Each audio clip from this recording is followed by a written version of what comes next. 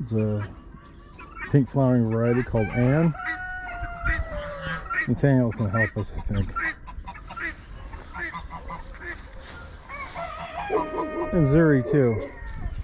All right, mister, you gonna help? You gonna help plant the tree? Huh? Well, it's Arbor Day here on the farm at Sweet and Savory Farmette. It's a bittersweet Arbor Day.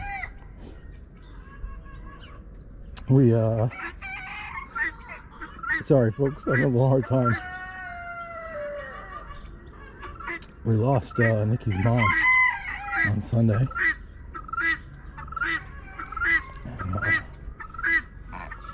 And she did love magnolias. So this Arbor Day, we're planting this magnolia in memory of Nikki's mom, Lorraine Sauter. So we have really rocky soil here. It's rock and clay, more rock than clay. You can see here some of the exposed soil there. We're going to plant this little magnolia here. Hopefully she thrives. And let's get digging.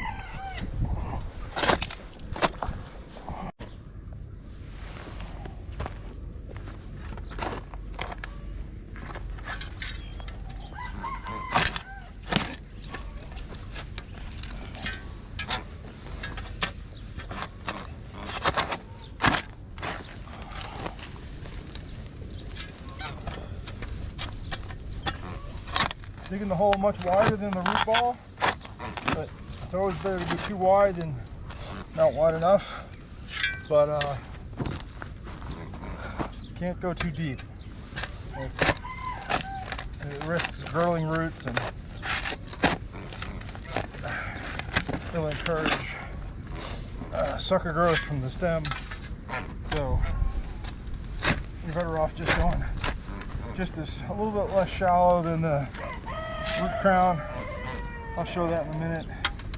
But going too wide is really good because it has loose soil for the roots to spread out into.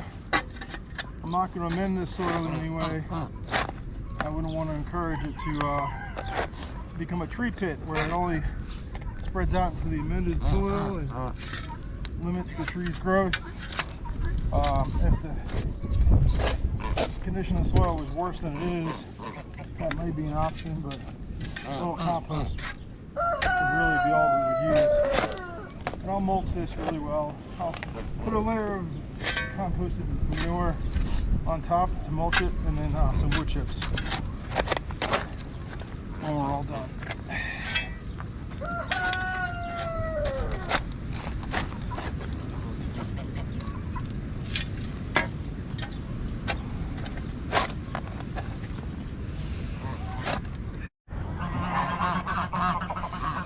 Gotten the soil away from the base. You can see where the roots are exposed, the top there, where it flares out. And the tree is upright, pretty straight.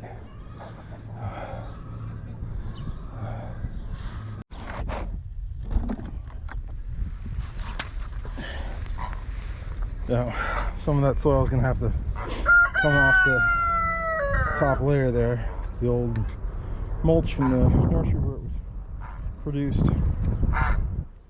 And then I'll backfill the hole after I position the tree, make sure it's straight and plumb, and we'll go from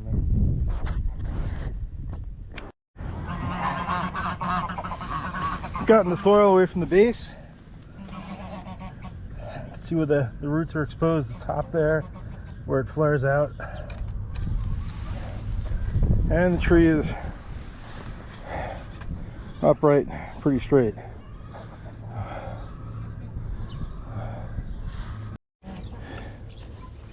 Alright, so I've backfilled the hole, leveled everything off, firmed it down, made sure it was pretty straight. And I've removed all the tags. You don't want to leave those on. It can easily girdle the stem, or if it's blowing in the wind, it could you know, chafe and scar the branches and just causes problems down the road. It's easier to just remove them when you put it in, and once and done, be done with it. And this is our memorial tree for my mother-in-law, Lorraine Sauter. She was a wonderful woman. So just following up on the tree that we planted yesterday for my mother-in-law, we got some compost. We have some alpaca and chicken compost that we dug out of the compost pile, and some wood chips. We'll put down a little layer of compost around the roots and then mulch it with the wood chips.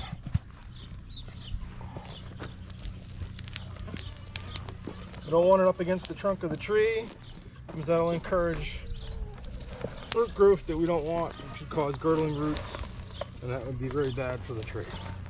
Just nibble that off a little bit. Pull it away from the trunk.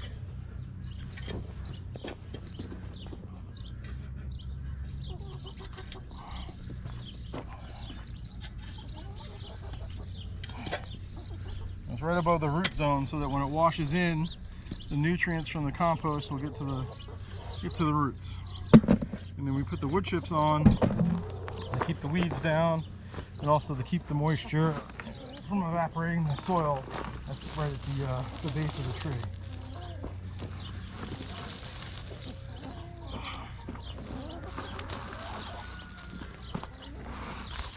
As the wood chips break down, they'll add nutrients to the soil as well.